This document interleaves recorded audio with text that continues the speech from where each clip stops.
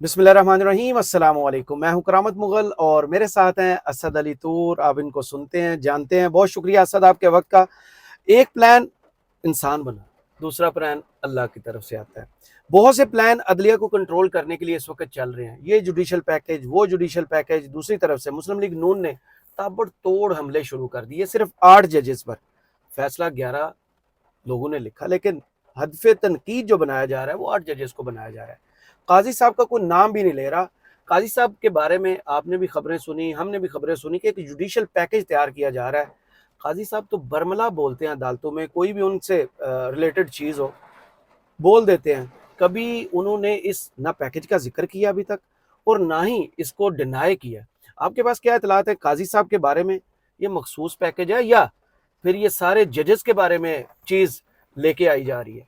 अच्छा देखिए, करामत भी पहले ये था कि जो हम सुन रहे थे वो ये था कि सिर्फ रिटायरमेंट की एज नहीं तब बात हो रही थी। तब ये बात हो रही थी कि जो टेन्योर है वो फिक्स्ड कर दिया जाएगा चीफ जस्टिस के ओहदे का, और वो 3 साल कर दिया जाएगा। सही। तो उसमें जाहिर बात है, जस्टिस काजी फाइजा थे तो उनका 3 साल का टेन्योर फिक्स हो जाता। लेकिन पर जब जुडिशरी के अंदर से रिजर्वमेंट आई तो फिर इन्होंने उसको चेंज किया। इन्होंने कहा तमाम जजेस को दाना डालो और वो ये कर दो जी रिटायरमेंट की एज हम बढ़ा रहे हैं सही। तमाम जजेस की। ठीक है, 65 साल रिटायरमेंट की एज हम 68 साल करने जा रहे हैं। तो उस वक्त में होता कि ना सिर्फ जस्टिस काजी फैजा का 3 साल का टेन्योर बन जाता, बल्कि तमाम जजेस को 3-3 साल मिल जाता इंसेंटिव के। 3-3 साल हम तनख्वाहें पर सब कुछ एंजॉय करेंगे। ठीक है, फिर वो दाना डाला गया। लेकिन उस सब के बावजूद जो अब जिस तरह से चीज़ें आगे चली, उसके बाद ऐसा लगता है कि सुप्रीम कोर्ट के अक्सरियती जजेस ने वो दाना चुगने से इनकार कर दिया। सही।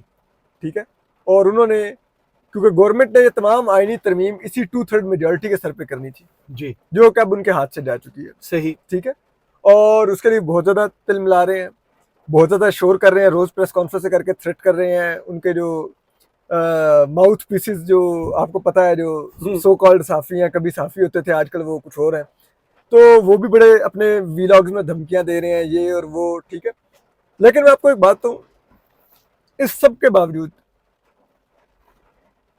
सुप्रीम कोर्ट का रावी चैन लिख रहा है। सही। उसकी वजह यह है कि जजेस कहते हैं अच्छा नहीं करना अमल दरामद हमारे फैसले पे, मत करो। 2/3 मेजोरिटी तो फिर भी तुम्हारे पास नहीं होगी। सही। हम अक्टूबर के बाद अमल करवा लेंगे फैसले पर। राइट। ठीक है, तब नाक की लकीरें निकाल कर, जिसे कहते हैं ना, पीटीआई भी मानोगे, उसको सीटें भी दोगे। सही। अभी लगे रहो, ठीक है, हम भी ठंड रख के बैठे हुए हैं। तो छुट्टियां ये जो हैं सुप्रीम कोर्ट की, इनके अंदर कोई ऐसी चीज नहीं आ रही जो डिस्कस हो रहा है कि फुल कोर्ट बुलाई जा सकती है, ये शिक इस्तेमाल होगी, वो शिक इस्तेमाल होगी। खबरें तो काफी आई इस बारे में। वो करामत भाई, उन सब का जो फुल कोर्ट बुलाने का जो हशर नशर हुआ है ना कमेटी के इजलास में, जी। 3 मेंबर की, जो चीफ जस्टिस काजी फैसा के साथ जो किया है उनके साथी जजेस ने उस कमेटी के इजलास में। ठीक है, तो उसके बाद तो अब बस ना ही समझो और ना ही समझो, तो वो नहीं आता। काजी साहब पीछे हट जाएंगे या फिर? अभी इतलात आई थी पिछले वीक भी उनके काज लिस्ट में नाम नहीं है, अब जो अगले हफ्ते की है उसमें भी काज लिस्ट में उनका नाम नहीं है, लेकिन वो काम डाले जा रहे हैं। केस कोई नहीं सुन रहे, चैम्बर वर्क कर रहे हैं। पहले आया कि जुडिशल कमीशन में वो लिस्ट उन्होंने अनाउंस कर दी बगैर कंसेंट लिए 4 जजेस का, रिटायर्ड जजेस, और अब भी कोई प्लान तो तैयार कर रहे होंगे कोई ना कोई। देखें, काजी साहब तो ऑफ कोर्स प्लान पे प्लान तैयार कर रहे हैं। ठीक है, अभी भी इवन कि आप देखें जो उन्होंने डिसेंटिंग नोट लिखा है, जो उनका इख्तलाफी नोट है, और मैं बड़ा हमेशा बरमला कहता हूँ कि इख्तलाफी नोट और जाली नोट की कोई हैसियत नहीं होती। ठीक है, तो वो उन्होंने जो इख्तलाफी नोट लिखा है उसमें उन्होंने अपना गेम प्लान दिया है कि वो क्या चाहते हैं। उन्होंने कहा कि 63A के फैसले का रिव्यू लगाए। सही। वो कहता है 26 माह से पेंडिंग है। तो भाई अब 8-10 माह से तो आप भी चीफ जस्टिस हैं, तो आपको पहले याद नहीं था? सही। अब क्यों याद है 63 का रिव्यू? क्योंकि वजह यह है कि 63A के फैसले में यह करार दे दिया गया था कि जो डिफेक्शन वाला वोट होगा, जी, जो पार्टी डिसिप्लिन से डिफेक्ट करके वोट करेगा, वो वोट काउंट ही नहीं होगा। सही। अब आप ये चाह रहे हैं कि वो रिव्यू हो, वो फैसला रिवर्स हो, फिर उसके बाद ताकि जो पीटीआई के अगर अरकान 80-90 अपनी जमात में चले भी जाए, ठीक है, तो बाद में उनमें से 10-15 को कोई एंटी करप्शन में, किसी को नैब में, किसी को किसी में उठा के, रिसेंटली मौजम जतोई को जैसे किया, वही ना करवा के, तो फिर उनसे अब डिफेक्शन करवा के वोट करवा लेंगे। सही। तो 2/3 वैसे पूरी करवा लेंगे। सही। पॉसिबिलिटी को नजर आती है मुस्तकबिल करीब में कि जैसे हालात अब जैसे अदलिया खड़ी हुई है, हाई कोर्ट से लेकर सुप्रीम कोर्ट तक उनने स्टैंड ले लिया, पॉसिबिलिटी कोई एक 1% चांस। यही तो प्रॉब्लम है, जो चीज इन सब लोगों को बहुत ज्यादा फ्रस्ट्रेट भी कर रही है, लेकिन इनकी समझने की भी है कि ये जो 12 जुलाई का फैसला है ना, ये पाकिस्तान की अदलिया की मेजॉरिटी का, पाकिस्तान की इस्टेब्लिशमेंट और उनकी लाई हुई हुकूमत को पैगाम है। सही। कि हम 25 अक्टूबर से के बाद 1 मिनट भी काजी फायज ईसा साहब के साथ काम करने को तैयार नहीं है। सही। ठीक है, ये जजेस ने पैगाम दिया कि नो वे, इनके अंडर हम काम नहीं करेंगे। सही। क्यों? उसकी वजह वो डिस्ट्रस्ट है जो चीफ जस्टिस काजी फायज ईसा ने अपने जजेस में पैदा किया है। वो जो 6 जजेस का लेटर था उस पर जो कुछ इन्होंने किया, चीफ जस्टिस काजी फायज ईसा को जो मौरख लिखेगा ना, वो लिखेगा कि 2 चीजें इनके लिए डिजास्टर्स हुई जी। एक, 13 जनवरी का फैसला इन्होंने अवाम में अपनी साख खो दी। सही। ये अवाम की नजर में पार्टी बन के आ गए थे। हाँ, अवाम की नजर में ये सुप्रीम कोर्ट के चीफ जस्टिस नहीं, ये फौजी अदालतों के जैक ब्रांच के एक जज बन गए। सही। ठीक, बिल्कुल। और फिर जब इन्होंने अपने जजेस के साथ भी ना खड़े हुए, जब उन जजेस ने खत लिखा मार्च में, तो फिर उसके बाद ये अपनी अदलिया के अंदर भी अपना एतमाद खो बैठे। सही। ठीक है, उनकी नजर में भी, जजेस की नजर में भी इन पे शकूक व शुबहात पैदा हो गए, और फिर उसका फिर ये आउटकम है कि हो सकता है अगर ये अच्छे तरीके से चल रहे होते, ठीक है, जिस आइन का ये बहुत हवाला देते हैं, अगर ये उसी पर चल रहे होते तो हो सकता है जजेस भी कहते ठीक है हम अपने चीफ जस्टिस को एक एक्सटेंशन दिलवा लेते हैं, बुक के अंदर रहते, बाहर ना निकलते। सही। दूसरा, इलेक्शन कमीशन इस वक्त काफी नजर में है, उस पर तनकीद तो आपको पता है, जून से 3 अप्रैल वाली वो रूलिंग वाले मामले से लेकर अब तक 2 साल हो गए, लेकिन अब पीटीआई को आके होश आया कि चलें इसके खिलाफ हम रेफरेंस लेके आते हैं। सुप्रीम कोर्ट में अभी तक काजी साहब तो हैं, दादरसी मुमकिन है इलेक्शन कमीशन के बारे में, क्योंकि कल इमरान खान ने जो गुफ्तगू की उसमें उन्होंने कहा कि काजी फायज ईसा, जस्टिस आमिर फारूक और चीफ इलेक्शन कमिश्नर जो है इनके खिलाफ रेफरेंस लेके आए। खबरें आ गई कि बैरिस्टर अली जफर जो है वो रेफरेंस दायर करने जा रहे हैं। कोई दादरसी नजर आ रही?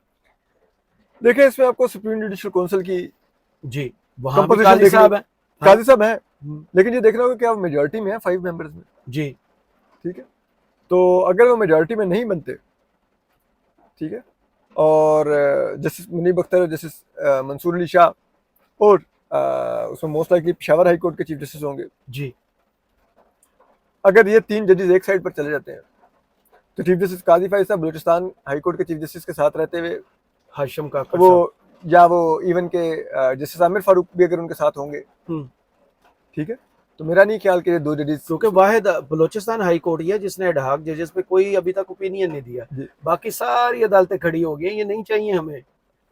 तो वो उस सूरत में वहां पर भी अच्छा दिलचस्प मैच हो सकता है। सही।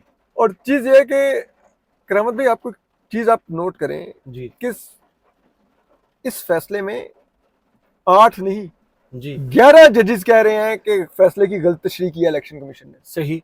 काजी साहब मानने को तैयार नहीं थे, लेकिन एंड में फिर उन्होंने भी जमात मुंतखब के साथ साइन किए। ठीक है, अगर 11 जजेस कह रहे हैं कि उन्होंने फैसले की गलत तशरीह की, तो इसका मतलब है उनके फैसले की गलत तशरीह करके गैर आईनी काम किया गया। सही। एक गैर आईनी तरीके से इलेक्शन करवाया गया, इलेक्शन शफाफ नहीं था, इलेक्शन कमीशन का रवैया जानिबदाराना था, जो सब कुछ किया गया। तो उसके बाद अगर ये सब कुछ आ जाते हैं तो इसका मतलब है कि इलेक्शन कमीशन के जो अरकान है उन्होंने एक पार्टी को डिसफ्रेंचाइज किया, उसके करोड़ों वोटरों को डिसफ्रेंचाइज किया। ये प्रॉपर जमहूरियत पर एक शब खून है, ये एक मिसकंडक्ट में आता है उनके ओहदे पर। सही। तो फिर क्यों नहीं उनके खिलाफ कार्रवाई हो सकती? काजी साहब तो उनको भी भूल गए जिनकी बुनियाद पर उन्होंने बल्ला छीना था। ना अकबर एस बाबर का को पता है, ना नूरीन का पता है, ना उन 14 लोगों का पता है जिनकी विटनेस उन्होंने सामने रिकॉर्ड की थी। काजी साहब मुड़ के बल्ले वाले केस को देखना नहीं चाहते। इस हवाले से तो अभी आने वाला वक्त बताएगा कि काजी साहब उस तरफ जाते भी हैं कि नहीं। दूसरा, जुडिशियल पैकेज पर वापस आते हैं। ये एक शब खून की तैयारी हो रही है कि जो जज, ये नया हलफनामे की बातें चल रही हैं, जो ट्रैप नहीं हुए उस पैकेज से 3 साल वाले, जिनको तनख्वाहों का लालच जमा करके बताया गया कि इतने पैसे बनते हैं, इतना शबशबा होगा, ये प्रोटोकॉल होगा, ये इतनी सर्विस बढ़ेगी।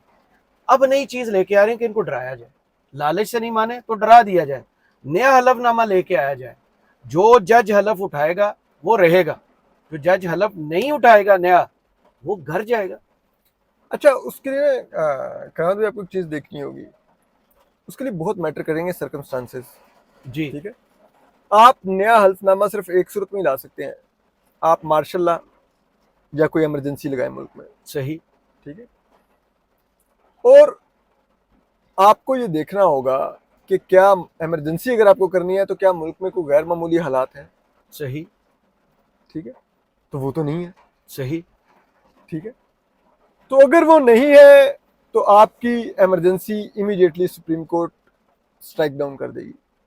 अच्छा। ठीक, और अगर आपको लगता है कि आपके चीफ जस्टिस नहीं बैठेंगे वो स्ट्राइक डाउन करने के लिए, तो बाकी जजेस असेंबल हो सकते हैं। गैर मामूली हालात में सुप्रीम कोर्ट में भी गैर मामूली हालात पैदा हो सकते हैं। सही। तो अगर ठीक कोई है, कानून साजी पार्लियामेंट लेके आ जाती है, क्योंकि काजी साहब सर का ताज बनाते हैं पार्लियामेंट को, कि ये तो पार्लियामेंट कानून साजी ले आई, अब तो हमें मान नहीं माने, जैसे प्रैक्टिस एंड प्रोसीजर बिल में हमने देखा। देखें, कानून साजी की आप आइन से मुतसादिम कानून साजी नहीं कर सकते। प्रैक्टिस एंड प्रोसीजर बिल, नहीं काजी साहब ने वो दरवाजा खोला वो कि बेशक सादा कानून साजी आइन से ऊपर भी हो सकती है। नहीं, वो हो सकती है, लेकिन आइन से मुतसादिम नहीं होनी चाहिए। सही। ठीक है, अगर आप आइन से मुतसादिम कोई कानून साजी कर रहे हैं तो वो तो स्ट्राइक डाउन होगी। हम्म। अगर आप मुल्क में कोई गैर मामूली हालात नहीं है, पार्लियामेंट से आप डिक्लेयर करते हैं कि इमरजेंसी, जी। On what grounds there is an emergency. हम्म।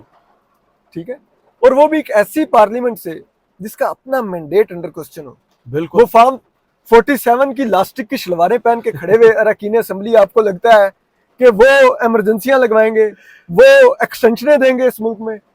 अगर तो फिर हालात यहाँ पे आ गए हैं ना, तो मेरे ख्याल में तो फिर बस कर दो। आपको पता ही है, जब कोई बुलंद इमारत से गिरे सहारा ढूंढता है ना नीचे गिरते हुए, और अगर नंगी तारू पर भी हाथ पड़ जाए तो सहारा तो मिलेगा ही नहीं पार्लियामेंट को। ये तो वो लगा ले नंगी तारों को, इनको बहुत शौक है, हाँ। लगा के देख ले। मैं तो सच्ची बात है, मैं पिछले कुछ दिनों से एक बात रिपीटेडली कर रहा हूँ, मैं आज दोबारा आपके शो में भी कर देता हूँ। जी। यकीन करें, इस मुल्क में मार्शल लॉ लगाने वालों से ज्यादा मेरी ख्वाहिश है कि मार्शल लॉ लगे। वो क्यों? ठीक है, हालांकि आपको पता है बहुत जमहूरियत पसंद इंसान जी, हूं आई नो, मैं। I know. इसलिए कहता हूँ कि भाई ऑफिशियल कर दो ना, अनऑफिशियली तो लगा हुआ है। सही। ऑफिशियल कर दो। मैं जो रोज करामत भाई पे तनकीद करता हूँ कि ये पपेट है, पपेट है, पपेट है, मुझे तो पता है पपेटियर कौन है। सही। ठीक है, 24 करोड़ आवाम भी तो देखे, जी। और फिर जो मुल्क के हालात है, हाँ। तो जिनकी कारकर्दगी है उनको वो उसका सेहरा भी तो पहनाए। सही। तो मैं तो चाहता हूँ आ जाए सर, क्या है इतना, हम पहले ही भुगत रहे हैं, 4 जूते और खा लेंगे। सही। आए लगाए हमें जूते, हमें तो बहुत मजा आएगा। मतलब मैं आई एम वेटिंग फॉर बड़ी साबिर कौम है। मैं I am waiting for that day, और मैं तो डिमांड कर रहा हूँ, लगा दें, लगा दें, लगा दें। सही। ये जो अदलिया मुखालिफ मुहिम का आगाज अब हुआ है, माजी भी है नून लीग का, कि ये तो जो पसंद न आए फिर उसके घर तक जाते हैं। उस जैसे हमने जस्टिस एजाजुल हसन वाले केस में देखा, जस्टिस मुज़ाहिर अली नकवी साहब के साथ जो हुआ वो देखा। अदलिया मुखालिफ मुहिम का अभी आगाज हुआ, इसका अंजाम क्या होगा? नवाज शरीफ बोल चुके, मरियम बोल चुकी ओपन। याद है आपको, माजी में भी कौम की बेटी कहकर साकिब निसार साहब ने कहा था माफ कर दें, ये कौम की बेटी है, जो चाहे बोले। माजी में भी उन्होंने कैंपेन की, पीडीएम के टाइम पे, अब भी कैंपेन लॉन्च की, बिकाओ जमीर का ताना दिया गया। अंजाम क्या सियासी शहादत? देखे, अदलिया से आज तक जब भी लड़ाई हुई है ना, चाहे फौज हो या कोई हुकूमत हो, जी, आप देख लीजिए हमेशा अदलिया प्रिवेल की है। बिल्कुल। ठीक है, काजी फैसला एक जज था, पूरी फौज, पूरी आईएसआई पीछे पड़ी हुई थी। जी। ठीक है, इवन के अदलिया के भी आधे से ज्यादा जज पीछे पड़े हुए थे। आज जनरल बाजवा, उनको बिल्कुल इंटरव्यू में कहते हैं कि हमें तो अंदर से पैगाम आता था इसके खिलाफ रेफरेंस लाओ। सही। बिल्कुल। ठीक है, और इमरान खान भी कह चुके, जनरल फैज ने दिया था। बिल्कुल ठीक है। आप सोचिए, जब वो जज लड़ने पे आया ना, अल्टीमेटली वो प्रिवेल किया। इफ्तिखार चौधरी आप देखिए। जी बिल्कुल। ठीक है, जनरल मुशर्रफ फौजी आमिर था। जी। ठीक है, अमरीत का दौर था, जब लड़ने पे अल्टीमेटली प्रिवेल कर गया। सही। तो पीछे जो भी कहानियां निकली वो एक अलग चीज है। जी। 90s में जब मियाँ साहब लड़े, मियाँ साहब की हुकूमत भी थी। बिल्कुल ऐसे ही। ठीक है, बिल्कुल ऐसे ही हुआ। फिर आप, अगर आपको लगता है कि आप लड़ सकते हैं, तो मुझे तो बड़ी खुशी होगी। घोड़ा हाजिर है, मैदान खुला है। या करामत भाई, एक लड़ेंगे तो हमारे पास खबरें आएंगी ना, वरना हमारे पास खबरें कहाँ से आएंगी यार? क्या करेंगे हम लोग? हम बताए ना, हम बैठ के क्या क्या करेंगे? हम बताएंगे पुदीना पीने के फायदे, हाँ, मतलब दूध हम पिए दांत मजबूत करे, हड्डियां मजबूत होगी। अब हम नहीं, जरी बात है ना यार, हम काज लिस्टों पे स्टोरियां तो नहीं कर सकते ना यार। मैदान सजेगा तो हमारे पास भी खबर होगी। सही। तो हम सियासी तो शहादत का कुछ चांस नजर आ रहा है, क्योंकि नजम सेठी साहब बड़े करीबी समझे जाते हैं। वो कह रहे हैं हुकूमत घर जा रही है। फिच की रिपोर्ट आती है, वो कहती है 18 माह हुकूमत चलेगी या घर चली जाएगी। क्या नहीं, ऐसी कोई बात? मैंने शुरू में बात किया ना, जी। वो यही है कि अदलिया के अंदर मूड ये है कि हम इनको शहीद नहीं करेंगे। सही। ये घसीटेंगे भी नहीं। हाँ, हम ये बाल नोचे बाहर चीखें करते रहे, हम सुकून से बैठेंगे। अक्टूबर इनका गुजरवाएंगे हम्म। और फिर हम जिसकी देखेंगे। तरफ ख्वाजा आसिफ इशारा कर चुके कि अक्टूबर का इंतजार हो रहा है, ये तो 8 फरवरी वाले बंद डब्बे खुलवा देंगे। असल डर ही ये है ना, ठीक है। हालांकि उनका इरादा ये है कि सिर्फ हम 12 जुलाई के फैसले पर अमल दरामद कराएंगे अक्टूबर के बाद। बिल्कुल सही। ठीक है, सही। लेकिन क्योंकि इनके अपने दिल में भी कुछ और है, ठीक है। अगर बिलफर्ज आपने एक फेयर इलेक्शन जीता हुआ है, आप कहीं खोले नहीं डब्बो, हाँ, आप मुंह पे उठा के फॉर्म 45 मारे। जैसे 126 दिन धरना दे के अगला कहता था इन 4 हलकों को खोलो। आप मुंह पे उठा के फॉर्म 45 मारे, आप कहो ले लो, बातें करते हो हमारे फॉर्म 47 पे क्वेश्चन करते हो, ये लो गिनो फॉर्म 45। वो मतीउल्लाह जान के हत्थे चढ़े थे ना, याद है आपको? तारिक फजल चौधरी साहब, उन्होंने कहा था जितने जरूरी हैं वो दे दिए। खुर्रम नवाज साहब कहते हैं कि मुझे तो आरओ ने जितने दिए हैं मैंने जमा करा दिए, और उसके साथ बैठ के मैंने तैयार किए। हाँ, सही। आती हैं तो फिर बस ठीक है ना यार, चल रहा है। सही। बहुत शुक्रिया असद तूर आपके वक्त का। कमेंट बॉक्स में जरूर बताइएगा ये वीडियो आपको कैसी लगी। इजाजत दीजिए, अल्लाह हाफिज।